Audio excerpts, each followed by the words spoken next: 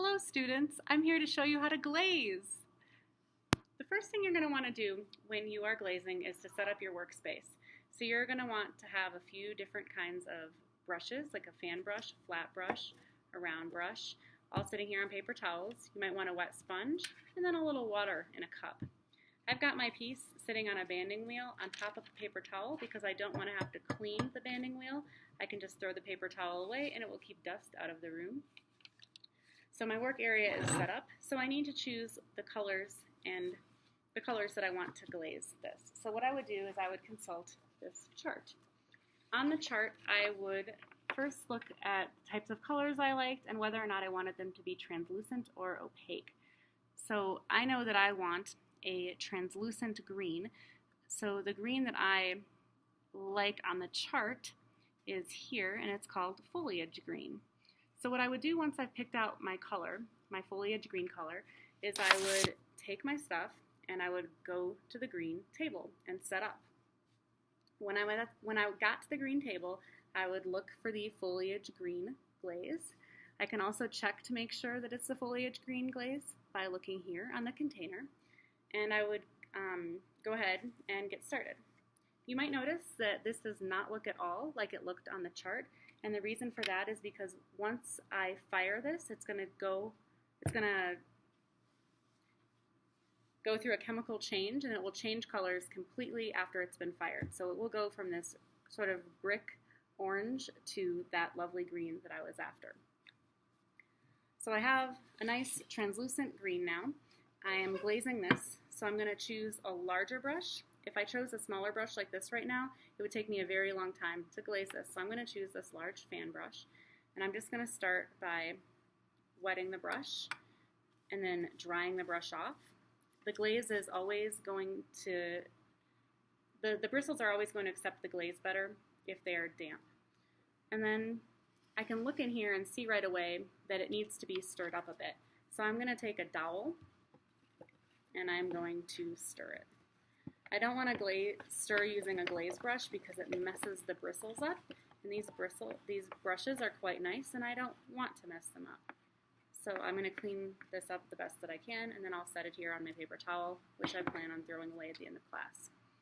So when I load my brush with glaze, I am not dipping it or submerging it all the way into the ferrule or up on the handle at all. I'm only getting glaze here on the end of the brush. And then I would go ahead and begin applying glaze. I would glaze the entire cup if that's the color that I wanted. If I wanted to switch colors or I needed to switch colors for some reason, I would rinse my brush out completely and then I would leave it sitting here on my paper towel. If for some reason I needed to take a break and set my brush down after glazing maybe a small detail, I would set the brush down here on my paper towel. I would never leave the brush sitting in the glaze because it would submerge in the glaze and it would be a waste of glaze. It would mess up the brush, the ferrule, the whole thing would get messy, and I don't want that. A messy brush will mean a messy project. So once you have one layer on and it is completely dry, you would have to follow that up with 2 more layers with a total of 3 layers of glaze. So let it dry in between. While you're letting it dry, you could either blow dry it to make it go faster, like that, or you could just do other stuff. Like you could label the color that you just used, make a check mark. Oh, I have 1 coat of foliage green on here. You could take a different green and glaze a different area of your project, but you would find a good use of your time. When I was done using this color, I would put the lid back on my glaze and I would make sure that the lid was all the way on. If you ever can't get the lid all the way on, you need to ask a teacher to help you. Miss McIntosh or Miss Hoffman, we'd both be glad to help you. Because if you leave these off, it could become a messy disaster. If someone were to try to pick this up by the lid and then have the lid fall off, the container could splash on the floor. Bad. Let's see, what else do you need to know? Yes. Don't ever use this lid. Don't ever pour the glaze into here and use this lid as like a little palette, because what ends up happening is the glaze gets into the thread here and then it's really hard to get the lid back on. So you would always use the glaze out of here or find a different container to use. I would like you to leave the base clean. If you, for some reason, accidentally got glaze on the base of your project, like this, let's say, you could take a small sponge, go over to the sink, and it cleans off very easily, even if it's dry. So you're allowed to clean that up if you need to. You can also clean up any areas that you accidentally make a mistake on. You are not allowed to mix colors, so you could never take like light kelp and foliage green, mix them together, and make a color. These do not work like paints. Like I said before, they undergo a chemical change and mixing doesn't work.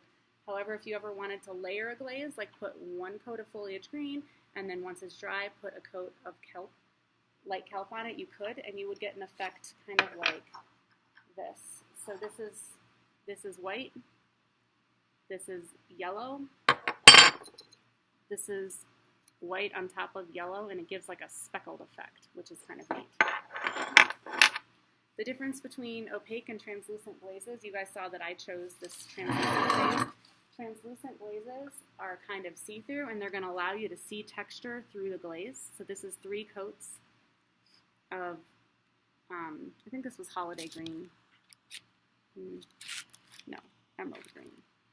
And then this is an opaque glaze. It's covering the texture up. This is 3 coats of clover. If you look in here, this is what 1 coat of the emerald green looks like. This is what 2 coats looks like. It does not look as nice as 3 coats. That's why it's super important to use 3 coats.